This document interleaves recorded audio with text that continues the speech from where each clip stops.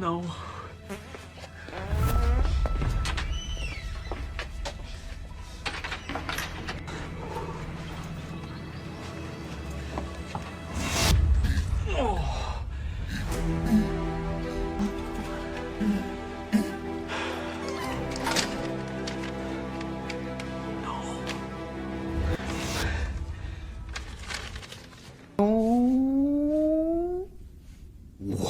Medieval people didn't have toilet paper. They had leaves, moss, snow, and a whole lot of bad decisions. You think scratchy toilet paper is bad? Try wiping with moss, hay, or a sponge shared by an entire public restroom. In the past, comfort wasn't even a luxury. It was a fantasy. In ancient Rome, public toilets offered a tersorium, a sponge tied to a stick. Everyone used it. Rinse it in vinegar, and back it went into rotation. It was less about personal hygiene and more like a group trust exercise nobody signed up for. Meanwhile, in medieval Europe, things got even worse. Most people had a chamber pot under their bed, just a bucket for nighttime business.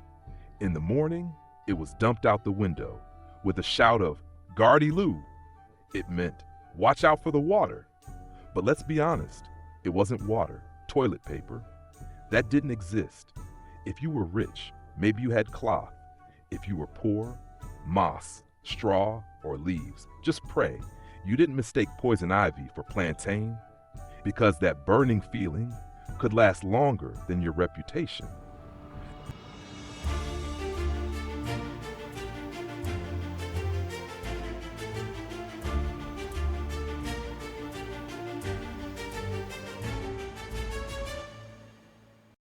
In colonial America, toilet paper grew in fields, literally.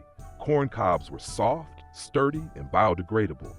First they fed you, then they followed through on cleanup. Across medieval forests, moss and wide leaves were the go-to tools. But nature isn't always kind. One wrong grab and you're face to face with stinging nettles, or worse, a snail. Imagine explaining that rash to your village healer. In Northern Europe, people embraced winter like true warriors, with snowballs, clean, yes. Cold, absolutely, traumatizing. Just ask your ancestors' frozen cheeks. And then we go to ancient Greece, where elegance met pain. They used flat ceramic shards called ostraka. Some even had names carved into them. Yes, they wiped with someone's name. Imagine cleansing yourself with your ex's name etched in clay. Therapeutic? Maybe. Sharp? Definitely. Back in medieval cities, public toilets were more like public hazards. Imagine sitting on a wooden bench built over a river with a hole cut in the middle. Below you, a flowing stream of everyone else's choices. Toilet paper still didn't exist. But some of these setups included a sponge on a chain, reusable, communal. Hygiene wasn't a priority. Survival was. In rural areas, the solution was simple. Go outside, pick a spot, hope for the best. Bushes at snowbanks, or just the wind behind you. Nature was the restroom. In colder regions, people got creative. Some built their toilets directly over animal stalls. Why? Because warm air rises. So while cows slept below, humans sat above, sharing heat and smells. Eco-friendly? Maybe. Comfortable? Absolutely not. Back in medieval cities, public toilets were more like public hazards. Imagine sitting on a wooden bench built over a river with a hole cut in the middle. Below you, a flowing stream of everyone else's choices. Toilet paper still didn't exist. But some of these setups included a sponge on a chain, reusable, communal. Hygiene wasn't a priority. Survival was. In rural areas, the solution was simple. Go outside, pick a spot, hope for the best. Bushes at snowbanks, or just the wind behind you. Nature was the restroom. In colder regions, people got creative. Some built their toilets directly over animal stalls. Why? Because warm air rises. So while cows slept below, humans sat above, sharing heat and smells. Eco-friendly? Maybe. Comfortable? Absolutely not. Forget flushing toilets. In most medieval homes, your toilet was a pot under the bed, used by the whole family, sometimes even by guests. Romantic, isn't it? At night, you'd grab the pot, do your business, then tuck it back in its corner like a pet. Come morning, time to empty it. But where? Out the window, of course, and not quietly. People would lean out and yell, "Guardy Lou," a kind of early warning system, meaning watch out. Then came the splash. City streets were a battlefield of smells. There were laws about when and where to throw your waste. But did people follow them?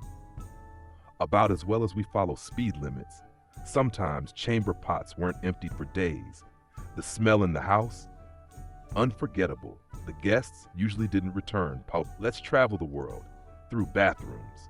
In Japan, people used thin, smooth wooden sticks called chugi, reusable, washable, and not exactly soft.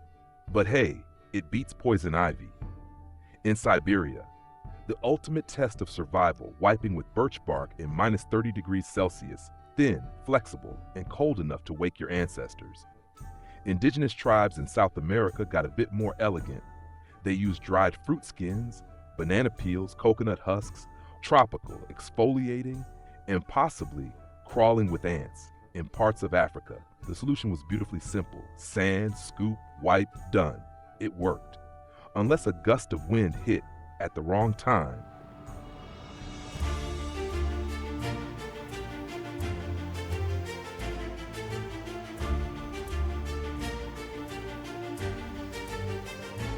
In some medieval cities, people built public toilets directly over rivers. Imagine sitting on a bench, looking out at flowing water, and knowing you're adding to it. Bonus, the smell followed the current. Some outhouses had jars of vinegar water and sponges on chains, but after a few uses, that vinegar didn't help much. Sanitary was more of a suggestion. In villages, nature still reigned. Snowbanks, ditches, tree stumps, everything could become a restroom. If it rained, that's called an automatic flush. In colder regions, some toilets were built over barns. You sat upstairs, the cows lived downstairs. This was called sustainable living, and possibly animal cruelty. Every culture had its method, and none of them involved soft paper with lavender scent. In India, people used water in the left hand and washed thoroughly. Clean, effective, but definitely not a handshake hand. In the Middle East, smooth stones were preferred, reusable, washable, and often carried in a pouch. Yes, people had bathroom rock collections. In medieval China, they used bamboo spatulas. It sounds painful, and sometimes it was. But don't worry, they eventually invented paper, and in Native American cultures, dried corn husks were common. Nature's loofah, good for scrubbing, not so good for comfort. So yes, before toilet paper, there was bark, snow, moss, clay, cloth, sticks, stones, sponges, corn, and coconut. And none of it came in plastic-wrapped rolls. People didn't complain. They adapted, used what they had, shared tools, and kept going. Itchy, awkward, but resilient. Today, we panic if the store runs out of extra soft 3-ply with aloe and cartoon puppies on the label. Let's face it, you're living in the golden age of hygiene. So the next time the paper runs out, just smile, because at least you're not wiping with your ex's name carved in pottery.